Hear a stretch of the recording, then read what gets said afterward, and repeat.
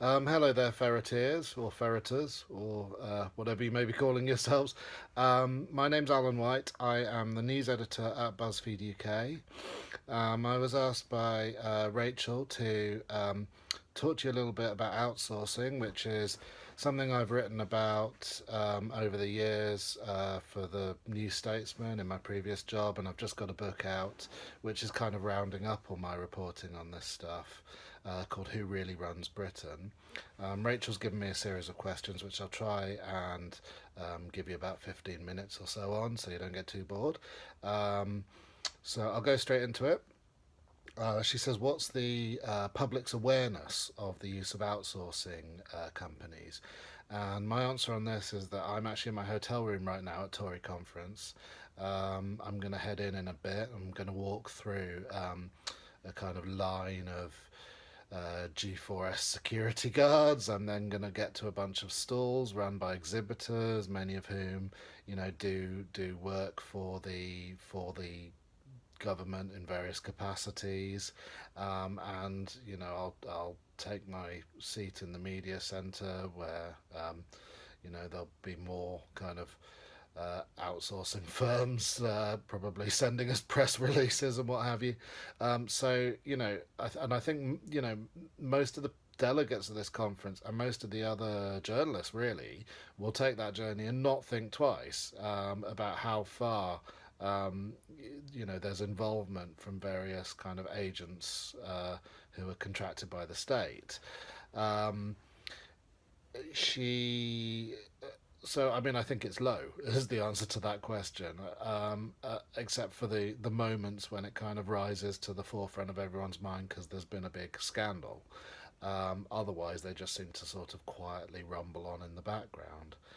She asked what characterises these companies, and I mean, I think that in the book I outline four big companies, and I say that they're all big, they're all multinational, and the way that they're framed is that they fill in gaps in state provision. That's kind of what they exist to do outside of all the private work that they do. So, I mean, we talk about Serco, and I'm sure most of the people at this conference will have heard of Jarl's Wood, you know what it is, but you probably don't realise that on top of Jarl's Wood, Serco are running nuclear laboratories. They're running the Boris Bike Scheme, or they were running the Boris Bike Scheme. They're running the Docklands Light Railway. They're doing all sorts of odd jobs, really. And the thing that is interesting about that stuff is that it's not like there's a big competitive market of loads of companies offering these kind of very niche services. Um, these companies literally frame themselves to fill in those gaps. Um, Beyond that, the characteristics are that they're very big, that they largely make a lot of money, although not actually from contracts with the UK government. The profits there are generally lower than I think people suspect. They're multinationals, they have quite convoluted structures and they have quite convoluted histories. So G4S begins as kind of four Danish people on a bicycle and suddenly becomes a global megacorp. Um, but the overriding thing, I think, for the purposes of journalism, the stuff that we're interested in is that they exist to fill holes in state provision. Um, she says, how can they be more accountable and transparent? And I'm going to sort of link this to the next question she asked, which is about commercial sensitivity. So the point is, these companies are not held to statutory standards of accountability. Um, with something like jobs that prisoners do, I got in a big row with the head of Serco over the fact that female prisoners in HMP Bronzefield, were making Anya Hindmarch handbags. And his sort of take to me was, well, look, the people running this should be knighted. It's a really great scheme. It's teaching them skills. Anya Hindmarch are completely transparent about the fact that female prisoners are doing this. What's the problem? And I kind of go, well, a it's cheap labour. Now, you might say that's offset by the fact that it's impossible for it not to be cheap and that actually it's giving people skills for when they come out, and fair enough if that's what you think. But it's cheap labour, and there are other companies involved in this, and I'm not allowed to find out who they are. I can't put in a freedom of information request and go, who else is profiting from this? Because it'll be refused on commercial sensitivity grounds. And it's the same with, I got in a big row with G4S over the fact that they were kind of running a telephone call centre of sorts out of a private prison. And you kind of go, well, could we not find out which company is profiting from this? Is that not fair enough, given it's basically our taxes allowing this to happen? And G4S were like, no, no, no, you can't, no commercial sensitivity. So that is a big deal for me, and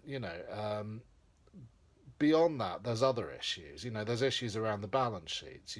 And seeing how savings have been made. Why has this company been deemed to run a better service than the one that was offering slightly less?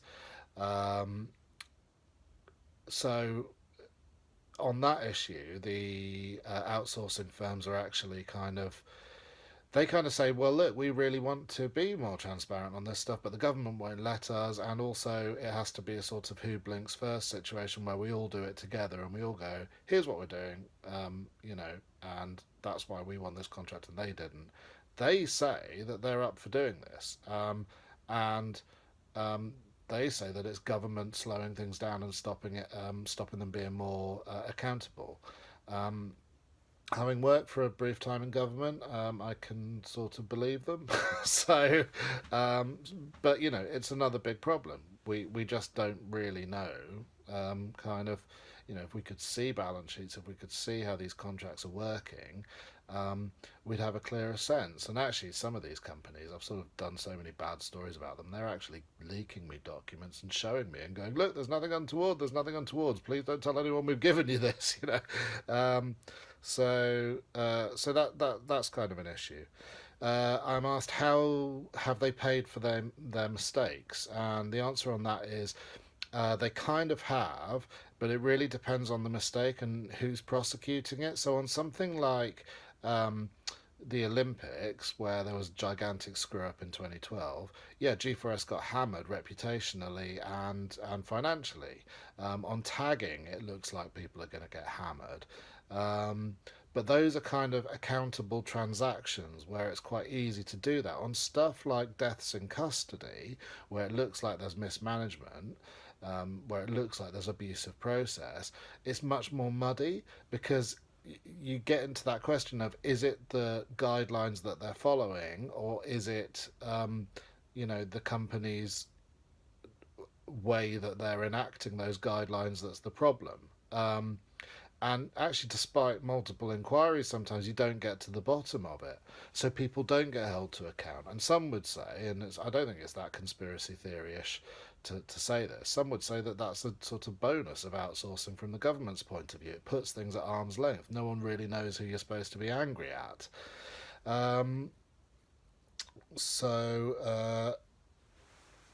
The people that suffer are the vulnerable ones, and that leads on to the next question, which is what impact does this have on vulnerable people? Well, you've got to remember that these services, they are dealing with the most vulnerable people in Britain: prisoners, people fleeing war zones, young offenders who probably have mental health problems, disabled job seekers, disabled benefits claimants.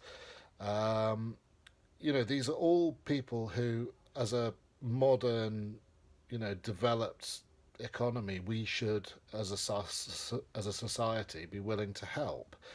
So and I don't think we ask enough questions of whether the companies we contract out to do this are helping enough, are doing well enough. Across some of these sectors, it looks to me like you can clearly see a net negative result from outsourcing. It's not even clear that money's been saved, let alone that practice has improved. So it does. I think it's fair to say the net impact on vulnerable people is negative. She asked what sort of impact does this have on workers and their rights. And that's kind of interesting because as a news editor, I've been obviously working on loads of stories recently about the gig economy, so Uber and Deliveroo and stuff. And I actually think, in comparison with some of those new cuddly tech firms, the outsourcers aren't that bad.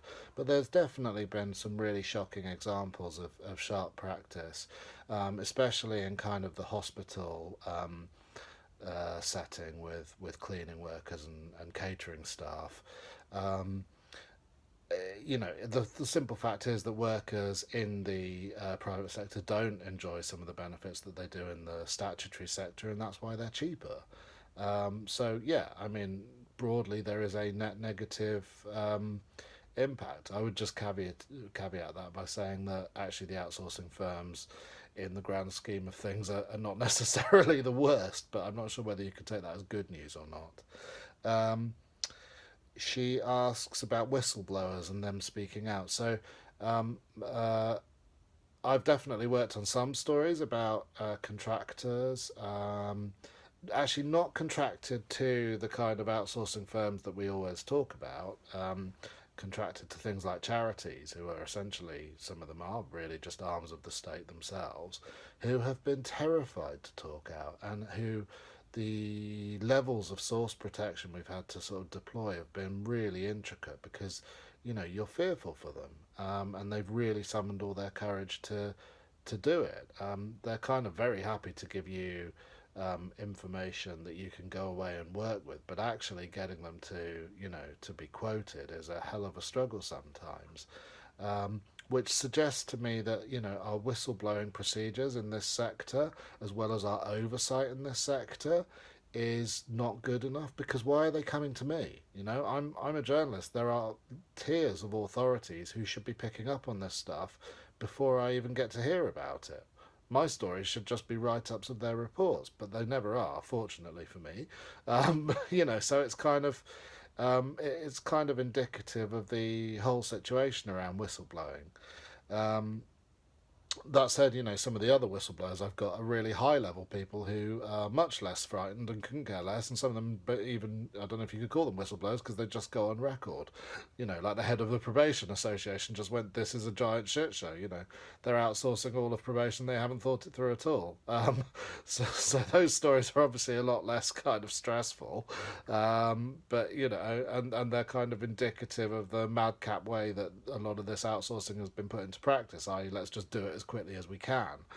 Um, I'm asked about how the media can tell these stories better. So, my thing with this is I think that they should be more cognizant of the history a bit in their storytelling. So, when G4S were up in front of the Home Affairs Select Committee, Yvette Cooper kind of went, every year you come here because Panorama or whoever have done their story, and every year you give us the same answers. You go, "This is really bad, and we're going to sort it out," and then it just sort of gets forgotten, and then off you go again. And then a year later, everyone goes, "Oh, gee, for us, I remember them. Oh, look, Panorama have got undercover cameras again." Um, and it's really not good enough. So I think there's two things. I mean, one is that in the storytelling, kind of setting it in context whenever you have a scoop about this stuff, and there are so many scoops out there, and saying this is now the sixth time in 6 years. That should almost be like the first line of the story. Um, and secondly, the thing that gets politicians really edgy is when you show some level of complicity, some level of them being too close or closer than they should be to these companies, which goes back to that original point about muddying accountability.